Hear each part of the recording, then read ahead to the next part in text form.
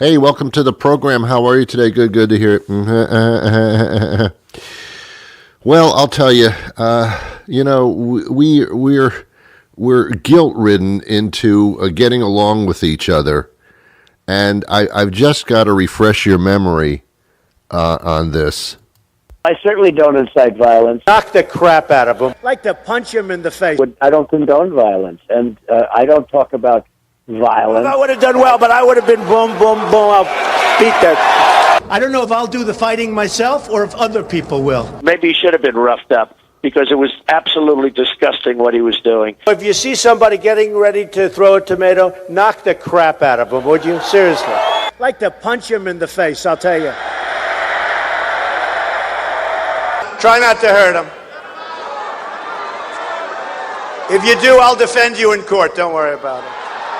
In the good old days, this doesn't happen because they used to treat them very, very rough.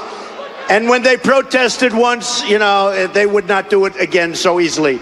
We become weak. And you know what? The audience swung back.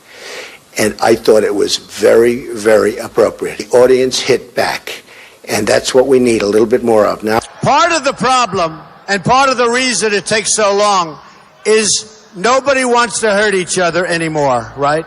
I don't know if I would have done well, but I would have been out there fighting, folks. I don't know if I would have done well, but I would have been boom, boom, boom. I'll beat that. Do you plan on paying for the legal fees of this older gentleman in North Carolina who sucker punched the protester? From what I understand, he was sticking a certain finger up in the air. And that is a terrible thing to do in front of somebody that, frankly, wants to see America made great again. It's possible you could help him with legal fees if this man needs it. I've actually instructed my people to look into it, yes. Mm-hmm. Yeah. So if someone gives you the finger, the president's suggesting that you beat the crap out of him. And if you protest against something, the president is saying you should be hurt and beat up, and then you'll think twice about protesting again.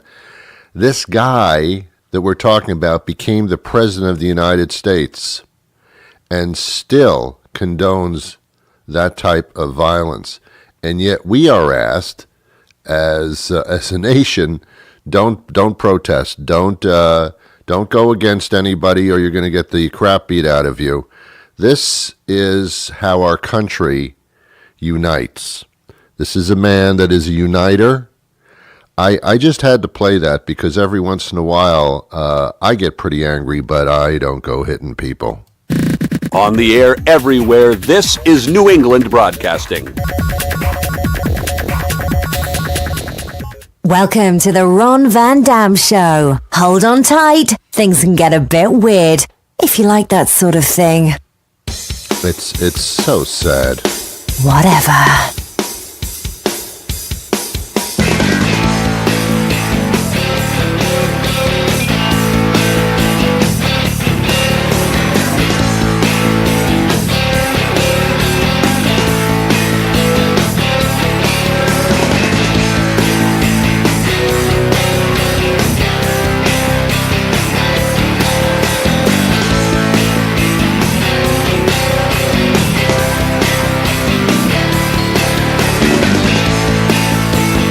Good morning.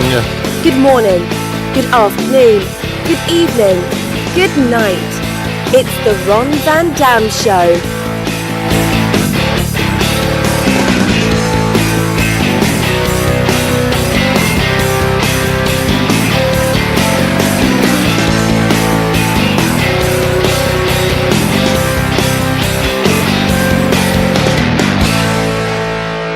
Sit back, relax, grab a cup of coffee, a cup of tea, whatever your liquid libation may be in the morning, and join us as we take a look at the world around us. As much as it's a pleasure to be with you, the pleasure is actually all yours.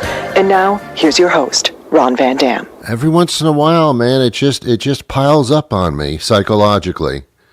It just piles up what this country is turning into. And, if you say something that apparently is, against this Trump thing, then you're a troublemaker. But yet, you can be a troublemaker if you're the president. You can alienate other countries. You can do you can do tariff wars. Harley Davidson, which is a motorcycle manufacturer born and raised here in the United States with American flags stuck on all the motorcycles. Harley Davidson has just announced that because of the tariff war that Trump has instigated, that rather than pay tariffs to have the motorcycles shipped overseas, Harley Davidson now is going to be closing down some manufacturing plants in the United States and moving them overseas so that they don't have to pay the tariffs because they'll already be overseas. So American jobs will be lost. This is what Harley Davidson is doing. This is a result of your president trying to alienate everybody instead of, because we're apparently getting screwed with tariffs from other countries, so we'll screw you back, and that solves everything. This man, and he's been warned by his own people and his own party, don't do this, but he does it anyway. But it's the violence thing that really, really gets to me. I just don't understand it. I'm going to play part of it again, and at the end, he's going to talk about the Second Amendment, and I want you to pay attention to what he says about that. If you see somebody getting ready to throw a tomato, knock the crap out of them, would you? Seriously. Yeah, just beat him up. Okay? Just knock the hell. That's I all. promise She's you, your president. I will pay for the legal fees, I promise. Yeah. The guards are very gentle with him. He's walking out like big high fives, smiling, laughing, like to punch him in the face, I'll tell you. That's nice. All right, yeah, get him out. Try not to hurt him. But if you do...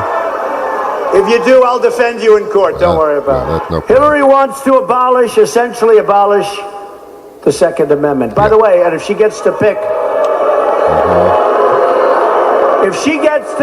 her judges, nothing you can do, folks. Although the Second Amendment people, maybe there is, I don't know. The Second Amendment people, maybe there is. That means that if Hillary became president, the Second Amendment people, those that believe, that the right to bear arms, gun owning, that kind of thing, maybe the Second Amendment people will take care of that problem. What could that mean other than if you own a gun and you don't like what's going on, maybe you know how to take care of that problem, if you know what I mean. This is a man who is running for president. And yes, not a lot of people wanted to go the Hillary route, although she did win the popular vote, but that's besides the point. This man is now president and hasn't changed his mind or his heart about what he was saying when he was running. Some of his policies people believed in. Okay, I get that. But you can't condone this division in the country, which he admittedly creates, by calling the media fake news when all of his facts and figures are lies, proven to be lies. It's not the media that's saying that they're lies. They are proven lies and exaggerations in order to manipulate the public and fire up his base. To me, what this Trump guy wants is to be the king and have the entire country, his customer base, shut us off from the rest of the world economically and socially so that he can run his dictatorship. And if you don't believe that, take a look at who he cozies up to. North Korea, Russia, congratulating the Chinese president because he can be president for the rest of his life. And Trump actually said that would be nice. That's not democracy. He doesn't get it. And yet at the same time he alienates our allies, Canada, Mexico, Europe, Great Britain, Germany, France. That's exactly what North Korea, China, and Russia want. Alienation with the European nations. A breakdown of the strength of our alliances throughout the world. That's what they want, and that's what Trump is giving them, unknowingly. I'm sorry to start the show this way, but my God, I mean, seriously, this is not funny stuff. This is serious problem stuff. Anyway, that's what's going on in the White House.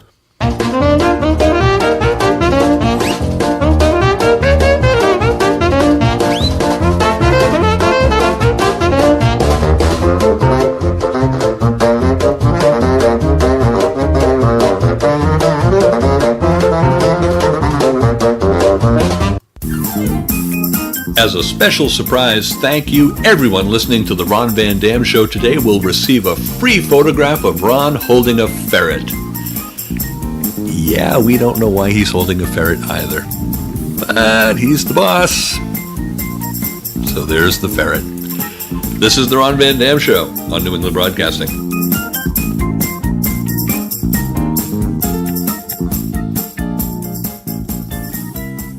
Sounds like the President of the United States. He's the boss. There's the ferret. Anyway, I've talked about this on the show before. When I was growing up, I had a love for luncheon meats, which I since have learned as I grew older that they're full of nitrates and will kill you if you eat too much of them. Somehow I escaped the killing part. I'm still alive. But I haven't eaten nitrates and lunch meats for quite a period of time, for decades. But when I was a child, bologna and cheese sandwiches on Wonder Bread. Do you even know what Wonder Bread is, kids? It was a bread. It was a white bread. It was spongy. It was fantastic. It was perfect for the bologna sandwich with the cheese. One slice of cheese, 17 slices of bologna. I had a friend named Dave. And I ran into him a decade after being a kid. And I said to Dave, how you doing, man? How you doing, man? See, when guys meet other guys, we call them man. You see, because we just call them by their species and their sexual classification. How you doing, man? And Dave says, fine. I said, Dave, you still eating bologna sandwiches? And he said, every day. I've eaten them since I was a kid. When I was young adult, now I'm middle-aged, and I eat bologna sandwiches every day. And I felt like putting on a plastic glove and checking out his rectum and his prostate, because I figured your organs have got to be dying quickly in there. But Dave looked like a happy guy because he eats his bologna every day. Personally, I can't eat everything every day for all of my life. I just can't do it. I would have to switch up to mortadella or something. I mean, so I was in a supermarket in the Boston area called Market Basket, which is, I don't even know what to call it, but the prices are very low, and so is the clientele. These are the kind of people that when they're shopping, their shopping cart, they're going down the aisle, they don't pull their shopping cart to the side when they're looking at something on the shelf. They just leave it in the middle of the aisle and go walking away. I've never seen so many unattended pocketbooks by females in my life. I don't know how they get away with it. I could have snatched like 50 pocketbooks if I wanted to, but of course I don't do that kind of stuff. I guess if you're a woman, you can get away with snatching a pocketbook a lot easier than a guy snatching a pocketbook. Wait a minute, that guy's carrying a pocketbook. He must have just snatched it from a shopping cart. It's so obvious. It's just so obvious. What are you going to do? Hide it under your T-shirt? I mean, how do you walk out of a store with a purse if you're a guy? Hey man, what are you doing, man? Anyway, I'm in Market Basket, and I'm in the deli area, and there's a big sign over the deli case. And it says bologna, 99 cents a pound. What's 99 cents a pound anymore? Nothing. Air is even more costly than that. If I need air for my tire, I used to be able to go to a gas station and there'd be a hose there, and I'd just fill my tire up, and they'd say, have a nice day, come back and buy gas if you would next time. That'd be nice. Air is free, man. Air is free. We breathe it. It's in the air. Why would I pay for it just to put it in my tire? Not anymore. Not anymore. Now you got to have a bunch of quarters in your pocket, and quite a few of them, just to put air in your tire. No, I'm paying for air is what I'm doing. Ron, no, you're paying for the implement and the service of putting air. No, I'm paying for air. Shut up. So anyway, 99 cents a pound for Wunderbar bologna, which is a very popular brand of bologna. It's a German bologna, I assume. I couldn't help myself. It's like buying a couple of days closer to death when you do that. It's just, you know that if you eat bologna, something's going to go wrong somewhere. And it did. So I buy only a quarter pound of bologna. That's all I need. How much is that going to cost? 25 cents? Come on, man. 25 cents for anything is cheap. It's free. So they slice up the bologna for me. Actually, it was pre-sliced because they knew there was going to be a run on 99 cents a pound bologna.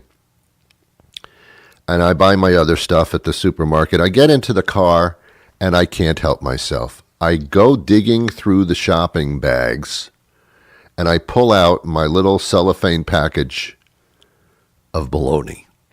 And I sit in the car, and as I'm driving, I'm eating bologna. Not on a sandwich. I'm just eating slices of bologna from the package. And it was damn tasty. It brought me back to my childhood. You know, sometimes when you hear a song on the radio or something, it just brings you back to a certain point in time when you were like a child or your first love, or when you were in junior high school being beat up in the schoolyard by Trump. You know, it just brings back memories. And as soon as the bologna hit my stomach and my taste buds, it was like, wow, my whole childhood was worth 99 cents a pound. These were prices that bologna was back at the turn of the century in 1623. Or 1601, whatever. Apparently I don't know what a turn of a century is. I ate the entire quarter pound of bologna. Here's the funny part. By the time I got home, which was only about 5 minutes later, I was so sick to my stomach. It was like I had just eaten like a dozen Whoppers or Big Macs. You know that feeling? Where it tastes really good going down, but within a short period of time, your body is just saying, man, what did you do to me? What was that about, Ron? What, are you trying to kill me? Why are you abusing me like this? I felt awful. I went right to the bathroom, and I was not happy. But it so much satisfied me, like some type of a nostalgic drug. So this morning I decided, as I'm going to be talking about bologna on the air, and I know what you're saying, Ron, you talk about bologna every day, and I'm not talking about lunch meats. I looked up bologna, like what is bologna? And I kind of had an idea, but I wasn't sure. Bologna, of course, is sometimes a beef product, sometimes a pork product, sometimes a mixture of both, usually a mixture of both. But is it the finest quality meats? No. Bologna is leftovers. Bologna is the stuff that the butchers throw out, or would throw out if they didn't make bologna. It is the parts of the animal that we don't eat unless it's bologna. It's the organs that aren't used. It's the facial features all mashed up, probably part of the scrotum. I don't even know, they won't even tell you. And then they put in the nitrates, the preservatives, the sodium. They mash it all together. They make it like a big, gigantic sausage. They slice it up, and they offer you the near-death experience. So then I thought, well, what could be worse than bologna? And why am I eating it? And then I found mortadella. which I've never had in my life because it is exactly what it looks like. I was hoping that those little white spots or those big white spots in mortadella is bologna with these white spots all throughout them, these blobs of white. And I hoped that it was cheese, but it's not. It's fat. It is congealed, actual, real, authentic fat, actually pressed into the bologna meat. It is up front fat. It is chunks of fat in the bologna, which is already fat. It's fat, it's chunks of fat lodged into fat. Now, I've never had mortadella, and I don't care to have mortadella. I've had bologna like olive loaf, where they put olives in them, like the green olives. I find that somewhat tasty. I've had that before. That ups the sodium really nicely. I've had pimento loaf with pimentos, like in the bologna, little red spots. Looks like somebody ate the stuff and started bleeding from their mouth. But mortadella, fat upon fat, I can't do it. I don't hate myself that much. Sometimes I don't care for myself. I've listened to some of my shows. I don't care for them sometimes. But having fat upon fat, that I care about. So what's the point of this whole thing about bologna? Well, there isn't one. Bologna is an actual town or city or something where I guess people walk around eating nitrates. I really have no idea what it's about. Anyway, I don't know. I've wasted a good amount of your life here, and I apologize for it. Oh, quiet down. Please be quiet. Please be quiet. Please be quiet. Please be quiet. Please be quiet. Please be quiet. Please be quiet. Please be quiet. Okay, I'm sorry. Thanks. Our guest will join us right after this commercial word. Ain't always easy these days to know what to give your kids for snacks. Sugary this, high fructosey that. Heck, even the stuff they call natural ain't always natural. But there's one snack when your kids ask for it, you know exactly what you're giving them. I want piggy parts. I want piggy parts. Professor Parker's preserved piggy parts are 100% all-natural salt-preserved pig parts. What parts, you ask? Well, some folks would call them scraps or ears or hoofs, but kids just call them delicious. And with their stiff, leathery texture, one Professor Parker's preserved piggy part will last a kid all afternoon. That's what we call value. So stock up now for school. You'll find them at the end of the pet food aisle in original, barbecue, or vinegar, garlic, teriyaki, onion, habanero, pineapple flavor. Give them a try and you'll see why kids say, That's some good piggies. Professor Parker's preserved piggy parts.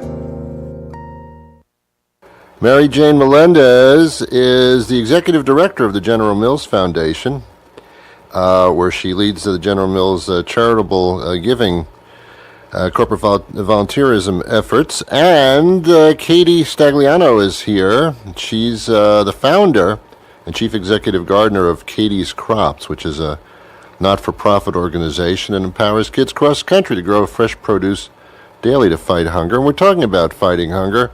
You don't talk about it enough, but the data is there that worldwide it's not a good deal. What are you seeing in your numbers? I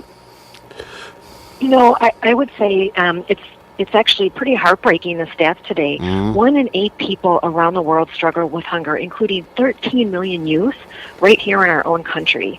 And we have an opportunity to help make a difference in this by increasing food security and advancing sustainable agriculture. This is a problem that's solvable, and it's not a problem that's always evident. People next door to you could be hungry, people in your community, and organizations like Katie's Crops are one way to answer this issue. Yeah.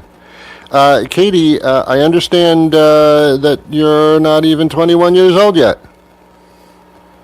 Oh, no, I'm 19. My God, you've done a lot. 19, I don't think I even got out of bed yet.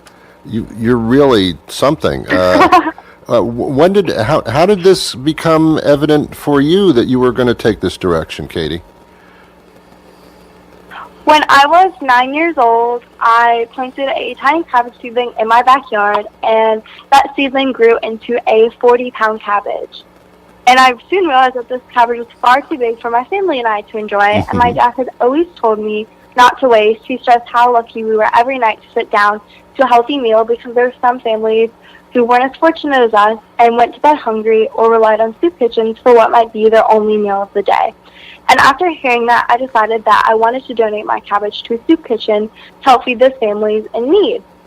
And when I got to the soup kitchen, I really saw families just like mine who had fallen down on hard times, and it made me want to do more to help these people. My cabbage helped to feed 275 people that day at the soup kitchen, and I thought if one cabbage can feed 275 people, imagine how many people an entire garden could feed. And that is what inspired me to begin Katie's Crops. It's pretty cool.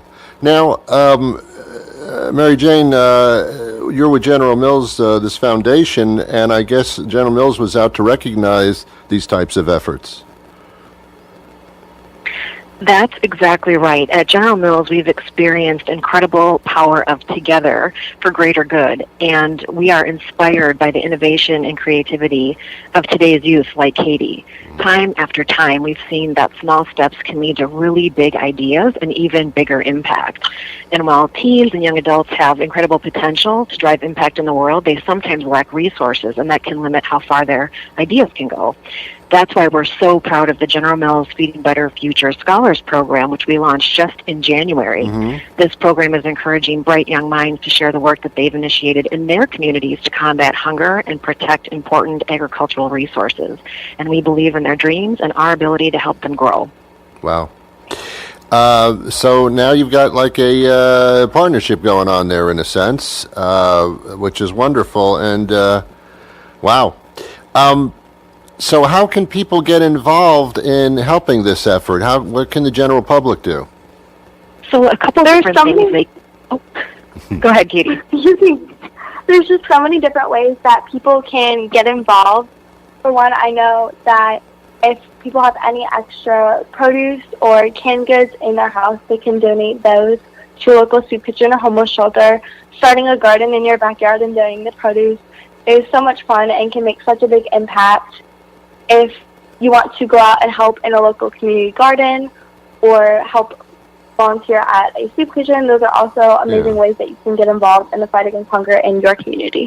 You know what's cool is that, of course, hats off to General Mills. I mean, they do this kind of thing all the time, but it's empowering for young people to have someone like you, Katie, as a role model. And my God, we're kind of short on role models these days.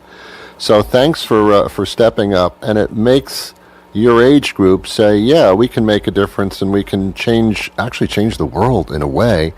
So that's inspiring. So thanks for stepping up, Katie. Oh, thank you so much. Yeah. And you must be very healthy with all the vegetables. Well, we do. Yeah. Okay, so where do we go for more information? So for more information, you can visit the feedingbetterfutures.com website. You can learn more about this program, more about Katie and her organization, and the other finalists for this year's Scholars Program. Great. Katie, again, thank you. And Mary Jane, thank you for, corporations that step up like this do make a difference, and we appreciate that as well. Thank you so much for your time today. Thank you for having us. Okay, bye-bye. Very, very nice. Little delay there in the conversation connection. But nonetheless, See, that's what's called a feel-good story, where a company does something that's good for everybody, although, of course, they're a company and they want to look good, too, but the end result is a win-win. And then you get somebody like Katie, who is just like a kid, who's just like doing good stuff for no reason other than just doing good stuff. And that makes your heart a little bit nicer. You know what I mean? A little bit nicer. So thank you to them. And thank you to you for hanging out today with me, man. You're a special person. You really are. I mean, I don't want to get all, I don't want to get soft here, but you're a nice person, I think. I don't know you. I don't know who the hell you are, but I'm sure you're very, very nice. Have yourselves a wonderful day. You can hear us, of course, on all different kind of outlets. We've added the Spotify people to our daily podcast location, so thank you to them as well. And have yourselves a wonderful day. I'll be back with you again tomorrow. Until then, I wish you peace. Yeah, I do. I really do.